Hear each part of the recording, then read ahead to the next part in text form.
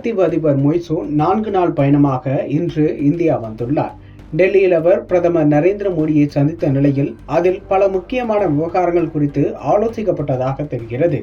இதற்கிடையே மாலத்தீவுக்கு செல்லும் இந்திய சுற்றுலா பயணிகளை கவரும் வகையில் ஒரு மேஜர் முடிவும் எடுக்கப்பட்டுள்ளது. இந்தியா மாலத்தீவு இடையே கடந்த பல ஆண்டுகளாக நல்ல ஒரு உறவு இருந்தது. ஆனால் கடந்த ஆண்டு நடந்த அதிபர் தேர்தலில் மொய்சு எப்போது வென்று அதிகாரத்திற்கு வந்தாரோ அப்போது முதல் நிலைமை மோசமானது. குறிப்பாக மாலத்தீவில் இருந்த இந்திய வீரர்களை கட்டாயப்படுத்தி வெளியேற வைத்தார். இது இருதரப்பிற்கும் இடையே ஏற்பட்ட முக்கிய விரிசலாக இருந்தது. இருப்பினும் இதனை கண்டுகொள்ளாமல் இந்தியா தொடர்ந்து மாலத்தீவுக்கு தேவையான உதவிகளை செய்து வந்தது.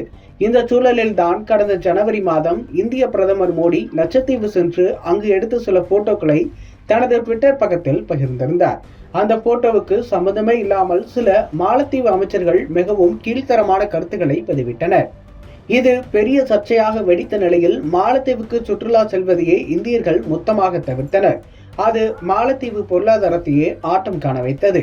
இதன் பின்னரே இந்தியாவுடனான உறவை சீர்படுத்த மாலத்தீவு முயற்சிகளை எடுக்க தொடங்கியது.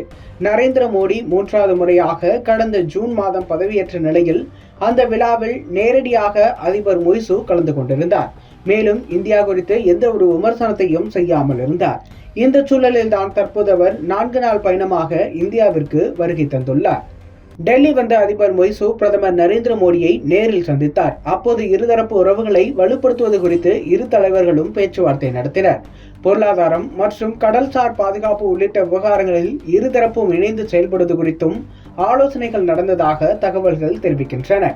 இந்த சூழலில் தான் இப்போது முக்கிய தகவல் ஒன்றும் வெளியாகியுள்ளது. அதாவது இரு நாட்டு உறவில் முக்கிய திருப்பமாக இந்தியாவின் ரூபே கார்டுகள் இப்போது மாலத்தீவில் அதிகாரப்பூர்வமாக அறிமுகப்படுத்தப்பட்டுள்ளது.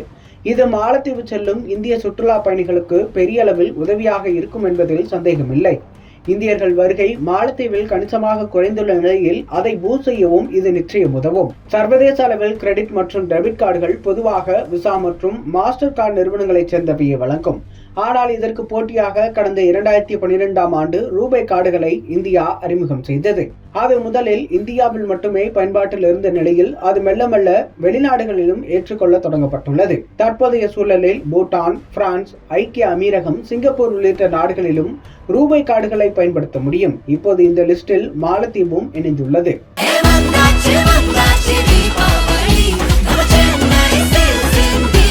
எண்ணம் போல் வண்ணங்களுடன் கொண்டாட The Chennai Silks ஆடைகளுடன் Let the celebrations begin.